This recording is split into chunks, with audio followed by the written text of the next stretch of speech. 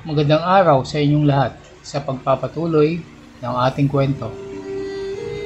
Nagulat man si Helen ay nagpaubaya ito sa ginawa ng lalaki.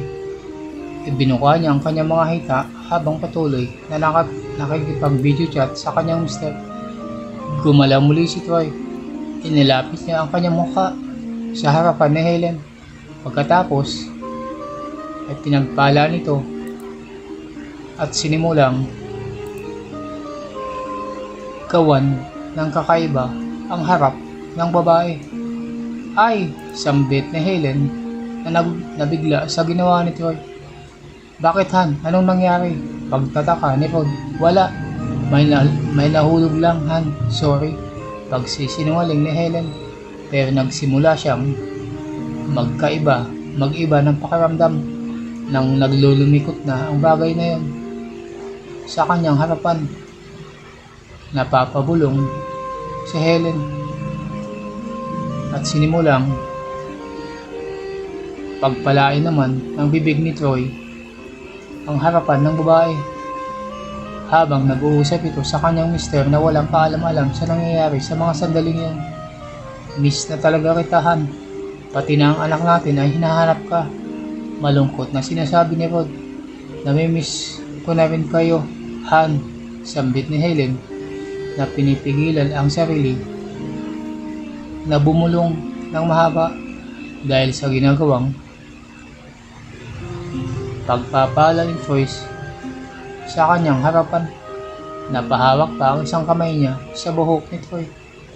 Pero honey, pag nakabalik ka dito, babawi tayo. Mag-i-enjoy tayo pag umuwi ka na dito.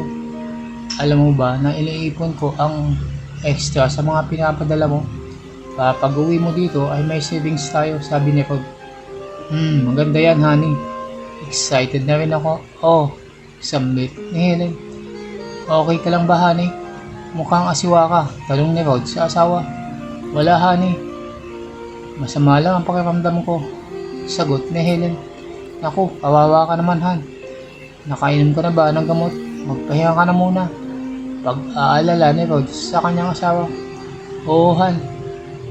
Pahinga lang ang kulang ko, sambit ni Helen na halos mapasigaw na nang maramdaman ang mainit na kumikiwal na yon sa kanyang pinakasentro ng kanyang katawan. Salamat na lang at muli niyang napigilan ang sarili dahil siguradong mabubuko siya ni Rod sa kanyang ginagawa. Kinalingan pa lalo ni Troy ang kanyang ginagawa. Natatawa siya sa ginagawa niya kay Helen habang nag-uusap ito sa walang kamalay-malay na mister nito. Teka lang honey ha, lilipat lang ako ng pwesto. Restart ko lang ang computer ko, sabi ni Helen na halos gusto nang matapos ang pagchat-chat kay Rod at gawin na nila ni Troy ang dapat gawin. Sige honey, hihintayin kita, sagot naman ni Rod. Dali-daling pinatay ni Helen ang kanyang computer. Troy, ang sarap, halos pasigaw na sinabi ni Helen na kanina niya pa pinipigilan ang sarili. O bakit mo hininto ang pag-uusap nyo? Tanong ni Troy kay Helen. Call mo ako Troy please, hindi ko na kaya. Pagmamakawa ni Helen. May naisip namang kalokohan si Troy agad itong tumayo at tinulungang bumaba si Helen sa pagkakaupo sa ibabaw ng stool. Teka lang babes, may kukunin lang ako, sabi ni Troy kay Helen. Pagbilik ni Troy, hila-hila nito ang isang mesa na may mga gulong. Inilapit niya ito sa paanan ng kama. Pagkatapos na kinuha ng lalaki ang laptop ni Helen at nilagay yun sa ibabaw ng mesa. Hindi alam ni Helen kung ano naman ang binabalak ng lalaki. Nakita niya na lang na umakyat si Troy sa ibabaw ng kama at humiga ito sa gitna ng kama. Humiga si Troy. Nakalaylay naman ang mga binti nito sa paanan ng kama. Wala itong kasuotan at kitang-kita ni Helen ang sundalong yun sa harapan ni Troy. Halika babes, akit ka dito at sakyan mo para makapag-chat ka pa rin sa mister mo. Nakangiting, sabi ni Troy. Nakuha agad ni Helen ang gustong mangyari ni Troy. Sa sobrang bogli at pananabik ay agad itong umakyat sa ibabaw ng kama. Pumuesto siya at tumayo na nakatalikod kay Troy at ibinuka ang kanyang mga hita. Pagkatapos nun ay unti-unti niya ibinaba ang sarili kay Troy at itinapat ang dapat itapat. Pagkatapos ay unti-unti nang pumasok ang dapat pumasok. Halos bumukaka ang kanyang harapan sa pagpasok ng bagay na yun. Pakiramdam ni Helen ay para siyang tinutuhog. Oh, grabe. Nakapikit ang kanyang mga mata habang dinadama ang bagay na yun. Ilang saglit pa ay matagumpay na pumasok ang panauhin. Halos nakaupo siya na pabaliktad sa lalaking nakahiga. Nasa harapan ngayon ni Helen ang mesang di gulong. Nahatak-hatak kanina ni Troy at kung saan nakalatag ang kanyang laptop. Sige na babes, chat ulit kayo ni hubby mo. Habang may ginagawa tayo, sabi ni Troy. Noong una ay nagdadalawang isip ang babae sa pinapagawa sa kanya ni Troy. Pero napansin niya na mas mataas ang mesa kaysa sa kama, kaya hindi makita ni Rod ang nakahigang si Troy kung saan nakasakay naman siya. Muling pinaandar ni Helen ang computer at muling nag-connect sa server. Ilang sandali pa ay nagpatuloy na naman ang pag-uusap nila ni Rod. Okay ka lang ba, Han? Nakaharap ka na ba ng ibang pwesto? Tanong ni Rod kay Helen. Oo, honey, sambit ni Helen at sinimulang igiling ang katawan. Mukhang masaba talaga ang pakiramdam mo, honey. Pawis na pawis ka, sabi ni Rod. Yes, Han. Masama talaga ang pakiramdam ko. Sige, honey. Tama na muna to. Para makapagpahinga ka naman. Alam mo bang namimiss ko ngayong sexy mong katawan? Nakangiting, sabi ni Rod. Ako rin, Han. Namiss na rin kita, sagot ni Helen at patuloy sa paggiling.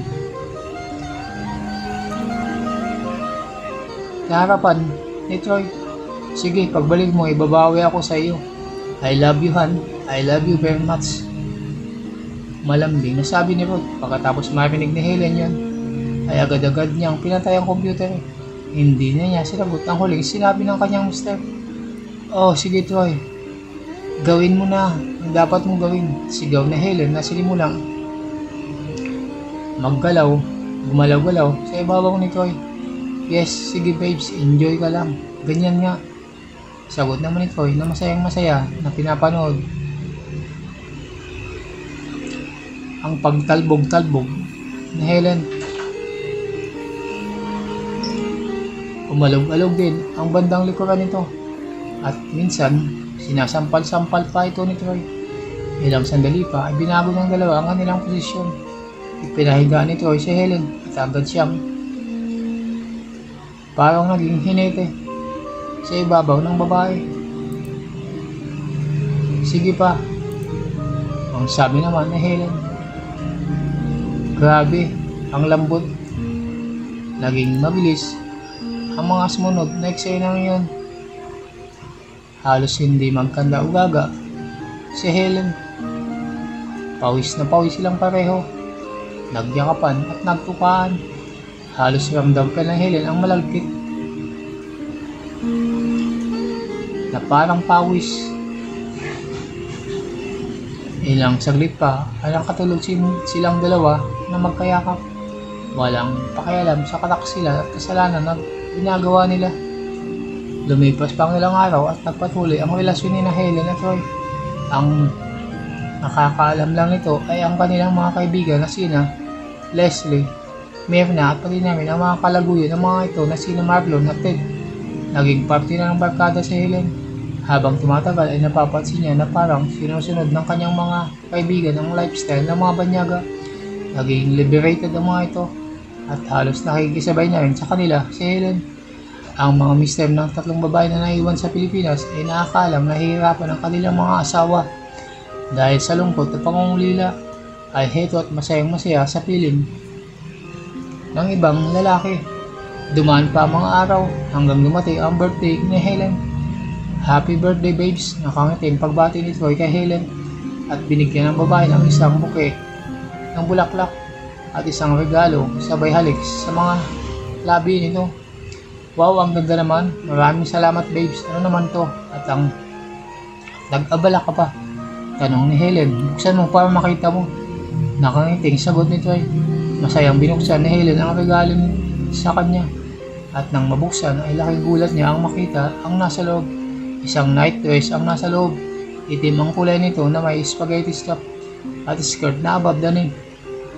Napaka-sexy ito at kahit kailan hindi pa nagawang magsuot ni Helen ng ganitong uri ng damit.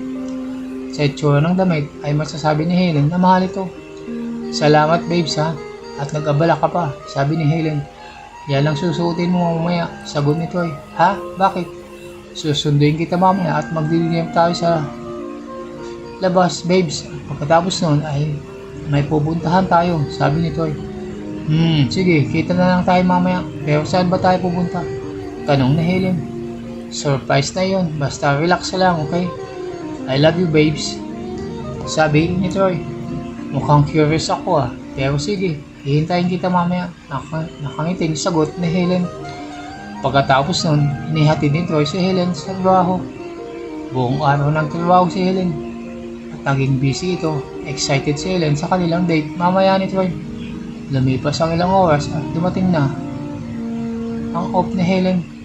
Dinala niya ang damit na bigay sa kanya ni Troy para madali lang ang pagpalit niya nito pagkatapos ng trabaho. Halos naninibago si Helen nang isinuot niya ang damit na bigay ni Troy. Halos kitang-kita ang kanyang mga kabundukan at bumabakat din ang hubog ng kanyang katawan sa suot na damit. Dahil maiksi ang skirt ng damit ay kitang-kita ang mapuputing hita ni Helen. Pagkatapos niyang mag-ayos ay hinintay niya si Troy sa labas ng hospital. Habang naghihintay ay tumunog agad ang kanyang cellphone. Tiningnan niya ito at nakita si Rod pala ang nag-text sa kanya. Binasa niya ang nakasulat na nagsasabing, "Happy birthday honey, video chat tayo mamayang gabi ha." Sinagot naman ni Helen ang text ni Rod at sinabing, "Salamat honey, bukas na lang tayo mag-video chat dahil may overtime ako mamaya." Ang pagsisinungaling ni Helen at agad niyang pinatay ang kanyang cellphone. Ilang saglit pa ay dumating na si Troy. Pumarada sa harapan ni Helen ang kanyang sasakyan. Binaba ni Troy ang salamin ng kotse. "Wow, you look fantastic babes, haha, ang sexy mo. Halika, pasok ka na at magdidilihan na tayo," sabi ni Troy at agad naman binuksan ang pintuan ng sasakyan. Pumasok agad si Helen sa loob ng kotse at nagtukaan sila ni Troy. Pagkatapos nun ay dinala siya ni Troy sa isang mamahaling restaurant at doon na sila kumain. "Saan ba tayo pupunta babes?" tanong ni Helen. "Basta, surprise," sabi yun. "Just enjoy your birthday." "Tumawag ba ang mister mo?" sabi ni Troy. "Oo, gusto niya sanang mag-chat kami pero hindi ako pumayag," sagot ni Helen. "Good girl, sa susunod na lang siya dahil ngayong gabi ay akin ka lang, hehehe," sabi ni Troy. "At iyo na nga ako, sasabihin mo pa, hehehe." Masayang pinagpatuloy ng dalawa ang pagkain hanggang sa matapos na sila at bumalik sa kotse. "Saan ba tayo pupunta? Please, just give me a hint," tanong ni Helen. "Basta, hindi mo makakalimutan ang birthday mo na to." Nakangiting sagot ni Troy sa babae. Patuloy sa pag-drive si Troy hanggang marating nila ang isang resort. Bumaba silang dalawa at pumasok sa loob. Maganda ang resort na yun. Maganda ang tanawin at mayroong mga private cottage. Dito dinala ni Troy sa Helen sa isa sa mga cottage na ito. Nung pumasok na silang dalawa ay laking gulat ni Helen. "Happy birthday! Hahaha!" ang pagsalubong na pagbati ni na Leslie, Myrna, Ted at Marlon na nauna na pala sa loob ng resort. May mga nakahandang mga pagkain sa mesa at may mga balloons pa sa paligid. Napansin ni Helen na maganda ang loob ng private cottage na ito.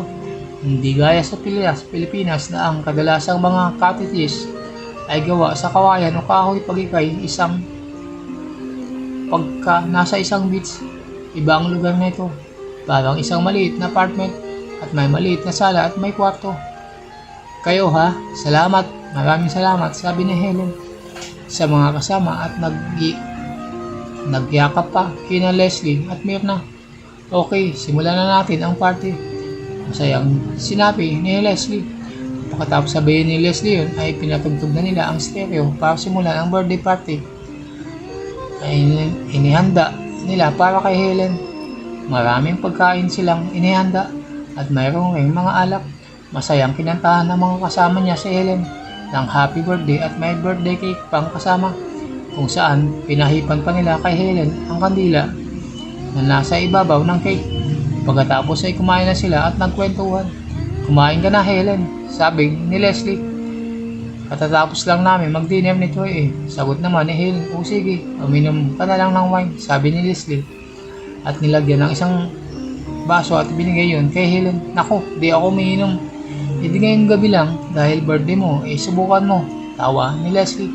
Kinuha naman ni Helen ang baso mula kay Leslie at agad namang ininom ang alak na nasa loob. Di nagtagal, nagsimula ng masarapan si Helen sa lasa ng alak, kaya halos sunod-sunod na rin ang kanyang magpag-inom.